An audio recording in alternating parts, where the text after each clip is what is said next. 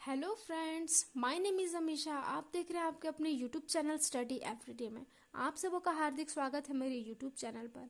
तो फ्रेंड्स, आज आपके लिए बहुत इंपॉर्टेंट टॉपिक लेकर आई हूँ विटामिन से, जो कि इससे बहुत सारे एग्जाम में क्वेश्चन पूछे जाते हैं। जैसे कि एनटीपीसी सीबीटी 2 में भी पूछने के पूरे चांसेस हैं, एसएससी में भी पूछे जा चुके हैं और पूछने वाले हैं।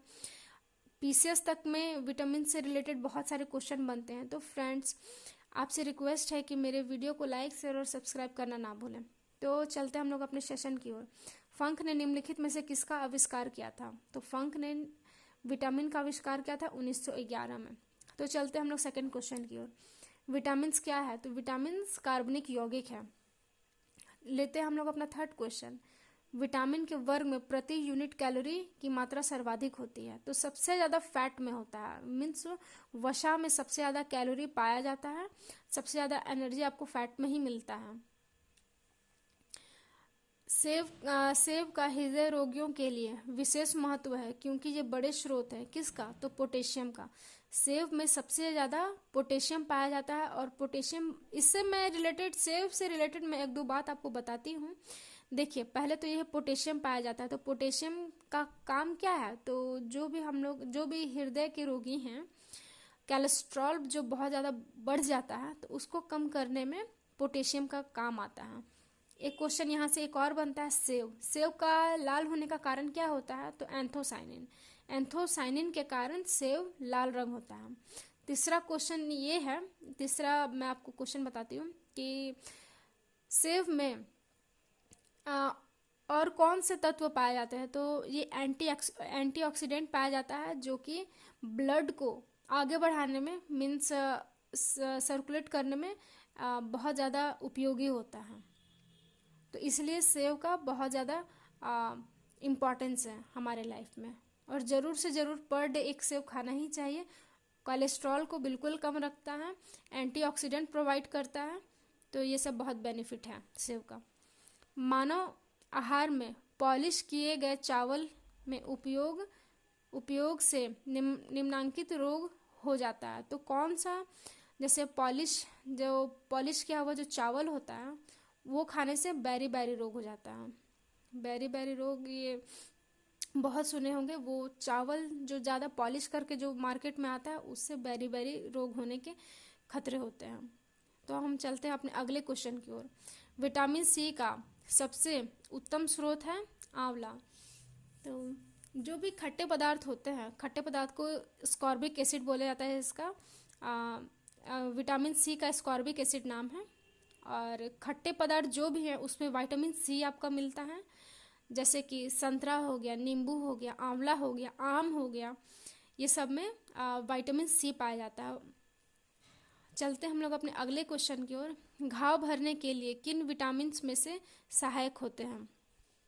तो विटामिन सी बहुत इंपॉर्टेंट होते हैं घाव को भरने में या कटने छिलने पर भी। ये विटामिन सी बहुत इंपॉर्टेंट रोल प्ले करता है।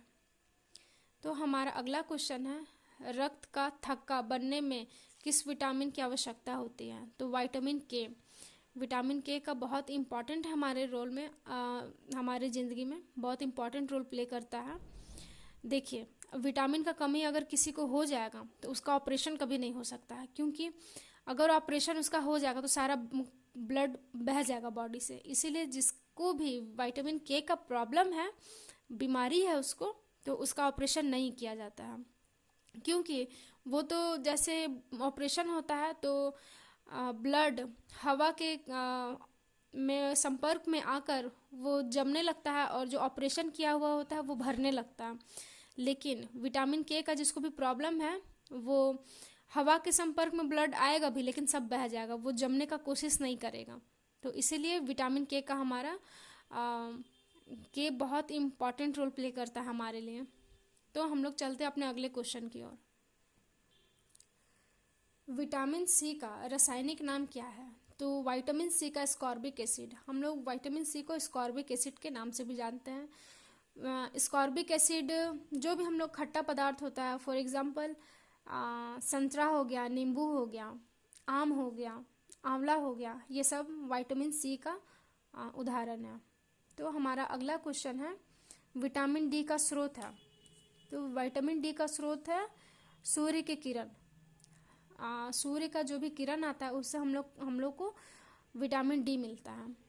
विटामिन डी और भी बहुत सारी चीज़ में मिलते हैं, दूध में मिलते हैं, एग में मिलते हैं, और भी बहुत सारे चीज़ें जिसमें विटामिन डी हम लोग को मिलता है। लेते हैं हम लोग अपना अगला क्वेश्चन। नाइट ब्लाइंडनेस की कमी का कारण होता है विटामिन ए। विटामिन ए का कमी से नाइट ब्लाइंडनेस का प्रॉब्लम हो जाता है। तो बढ़ते हैं हम लोग अपने अगले क्वेश्चन की ओर।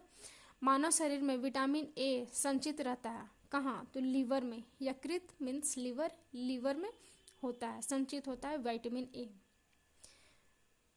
तो हमारा अगला क्वेश्चन है, जिस विटामिन में कोबाल्ट होता है वह है B12।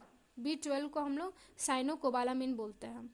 विटामिन B12 का कमी से हम लोग को हो जाता है एनीमिया रोग होता है, एनीमिया रोग हो जाता है, और एलर्जी का प्रॉब्लम भी होता है। B12, विटामिन डी, ये सब का कमी से एलर्जी का प्रॉब्लम बढ़ जाता है। तो देखिए, विटामिन B12 को हम लोग साइनोकोबालामिन भी बोलते हैं। ये बहुत इंपॉर्टेंट है, बहुत सारे एग्जाम में पूछे जा चुके हैं और अभी भी पूछने के बहुत ज़्यादा चांसेस हैं।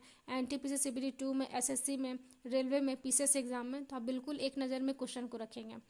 जल में घुलनशील विटामिन होती है जो जल में घुल जाती है उसको B और C है विटामिन। जो जल में घुलती है B और C होता है विटामिन। वसा में होने वाले विटामिन, वसा के रूप में होने वाले विटामिन है आपका A है, D है, E है, K है, ये 4 है। सर्वाधिक प्रोटीन की मात्रा होती है किस में होती है? तो सोयाबीन में होती है। सर्वाधिक प्रोटीन की मात्रा आपका सोयाबीन में होता है। सोयाबीन में होता है, और भी बहुत सारे चीज़ में, एग में भी प्रोटीन होता है। ठीक है, तो प्रोटीन भी हमारे शरीर के लिए बहुत इम्पॉर्टेंट है, जो कि प्रोटीन का कमी से अगर लगातार आप 1-2 महीना तक अगर प्रोटीन अगर नहीं लेंगे, 2 महीना तक नहीं लेंगे, तो आपकी डेथ भी हो सकती है। तो आपको पता ही होगा कि प्रोटीन हमारे बॉडी के लिए कितना हेल्पफुल है।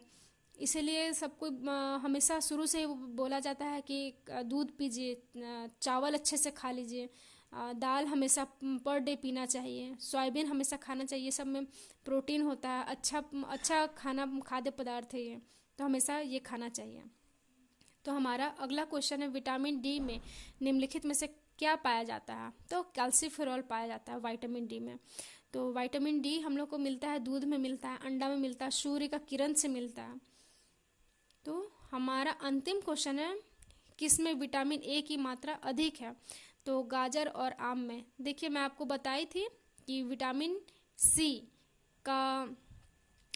सी का भी स्रोत है, लेकिन ये विटामिन ए का भी स्रोत है। तो ये आप ध्यान में रखेंगे। विटामिन ए, विटामिन सी इसमें पाया जाता है आम में, और गाजर में सिर्फ विटामिन ए पाया जाता है। तो आई होप फ्रेंड्स मेरा वीडियो आपको अच्छा लगा होगा। अगर अच्छा लगा तो लाइक, शेयर, सब्सक्राइब करना ना भूलें। Thank you so much for watching this video.